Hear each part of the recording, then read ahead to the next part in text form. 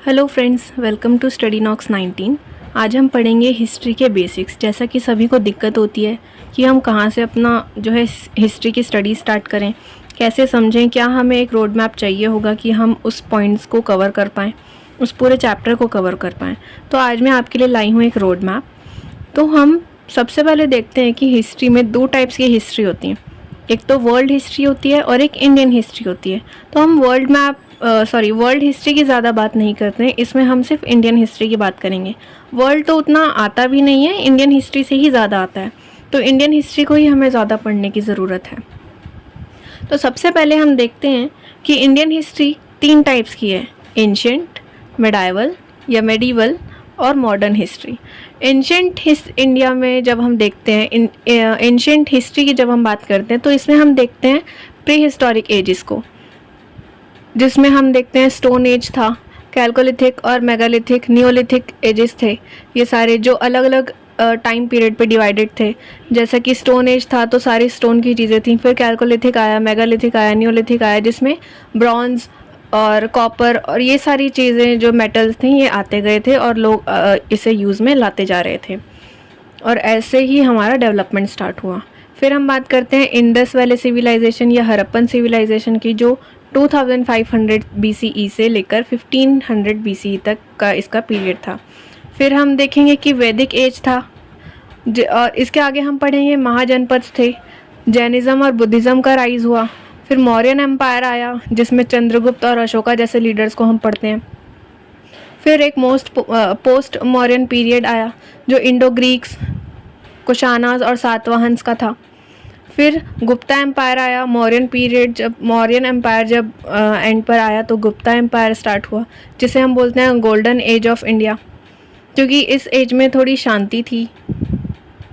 फिर हम देखते हैं पोस्ट गुप्ता पीरियड था, जिसमें रीजनल किंगडम्स वगैरह आए, जैसे कि हर्षवर्धन, चोलास, चेरा, पांड्या, पल्लव्स, ये सारे।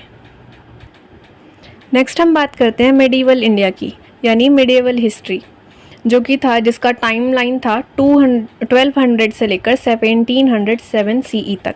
इसमें हम बात करते हैं दिल्ली सल्तनत की, जिसमें खिलजी, तुगलक, सैयद, लोदी ऐसे लीडर्स आए थे।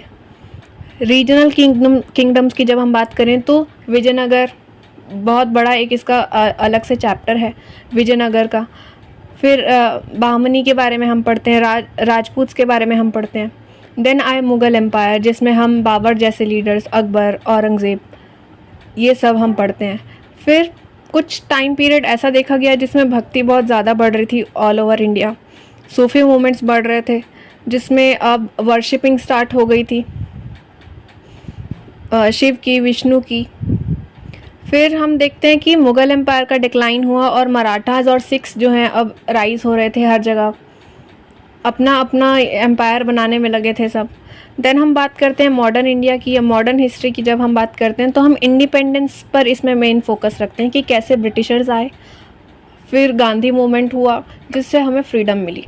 पर इस बीच भी बहुत सारी चीज़ें हुई थी, जैसे कि यूरोपियंस आए, जिसमें पोर्तुगीज़, डच, फ्रेंच, ब्रिटिश, कहाँ कहाँ से पता नहीं लोग आए और रूल करने लग गए इंडिया पे। फिर ब्रिटिश एक्सपेंशन हुआ, जिसमें ईस्ट इंडियन कंपनी वगैरह का रोल था, ठीक है। और प्लेसे, बैटल ऑफ प्लेसे 1757। फिर हम देखते हैं सोशियो रिलीजियस रिफॉर्म्स, जिसमें हम राजा राम मोहन रॉय जैसे लीडर्स को जानेंगे, आर्य समाज के बारे में जानेंगे। फिर रिवॉल्ट ऑफ 1857, जिसे कहा जाता है first war of Indian independence भी, इसमें भी काफ़ी सारे, जैसे रानी लक्ष्मीबाई, तात्या टोपे, ऐसे बहुत सारे लीडर्स आए थे जिन्होंने बैटल लड़ा और इंडिया को इंडिपेंडेंस दिलाने में इनका बहुत बड़ा रोल था। फिर हम बात करते हैं गांधी मूवमेंट्स की, तो जिसे हम कहते हैं इंडियन नेशनल मूवमेंट भी। अर्ली फेज़ में हम देखते हैं कि मॉडरेट्स और एक्सट्रीमिस्ट्स थे। फिर गांधीयन एरा आया, जिसमें हम उनके बहुत सारे जो उन्होंने डिसीजंस लिए थे वो देखते हैं, जैसे नॉन कॉपरेशन है, सिविल डिसोबीडियंस है, क्विट इंडिया मूवमेंट हो गया, खिलाफत मूवमेंट हो गया।